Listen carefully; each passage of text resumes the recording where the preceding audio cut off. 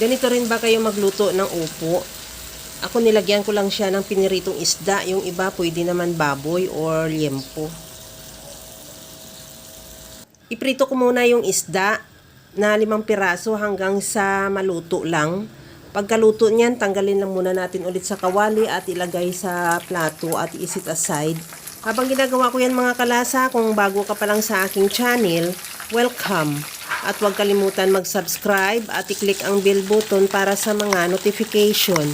At kung dati ka pa, welcome back at i-follow mo na rin ako sa aking Facebook page Lasang Pilipina. Okay na tong ating isda, itabi muna natin.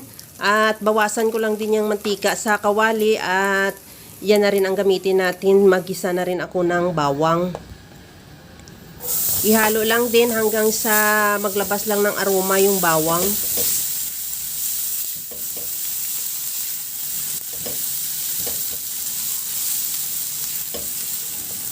Ilagay ko na yung sibuyas.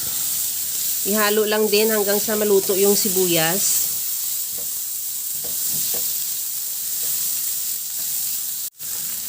Ilagay ko na rin yung kamatis. Bali, 3 pirasong kamatis ang ilagay ko dyan. Depende kung mas marami, mas masarap. At lutuin lang talaga yung kamatis hanggang sa talagang maglabas siya ng katas niya. Magtimpla na rin ako ng asin at paminta.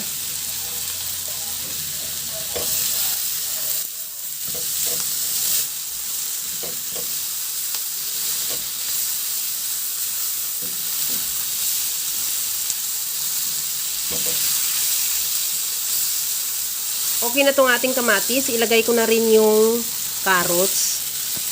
Ihalo lang din yung carrots hanggang sa maluto.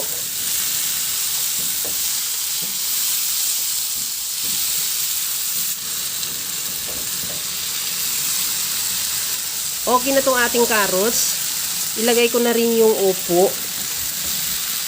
Ihalo ko lang yan at pagkatapos yan, takpan natin yan para hanggang sa maglabas lang ng sarili niyang katas yung upo at maluto. Kasi talagang masarap yan pag hindi pa natin siya lalagyan muna ng tubig. Ipapalabasin natin yung kanyang tubig. At pagkatapos niyan, saka natin yan lagyan ng tubig. Kung halimbawa medyo kunti lang ang sabaw niyang lumabas. Kagaya nito, sa nakikita mo medyo nagluto na rin siya pero medyo hindi gaano karami yung sabaw niya o yung tubig. Maglagay lang ako ng kalahating cup. Kunti lang, ayoko nang masyadong masabaw. Pagka-upo, mas masarap yung hindi siya talagang matubig. Yung malalasahan mo talaga yung manamis-namis na lasa ng upo. Okay na tong ating upo, luto na rin.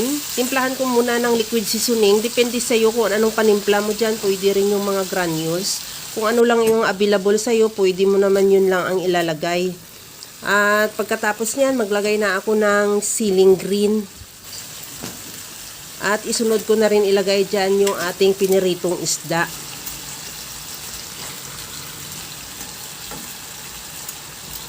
Takpan ko muna ulit dyan para lang din malabas lang din yung lasa ng isda sa ating sabaw.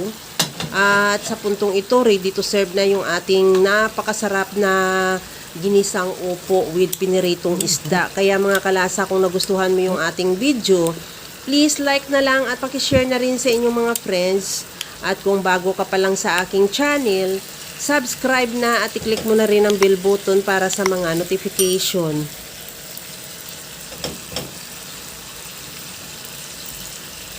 Okay na tong ating napakasarap at napakasimpleng ulam pero sagana naman sa sustansya. Kaya mga kalasa, alam ko, kayang-kaya mo itong gawin dahil sa sobrang simple at napakadali niya lang lutuin. Kagaya lang lagi sa sinasabi ko na wala namang hindi marunong magluto basta sa simpleng paraan lang. Okay na to, hanguin na lang natin at ready to serve na. Hanggang sa muli mga kalasa, thank you for watching. Bye-bye!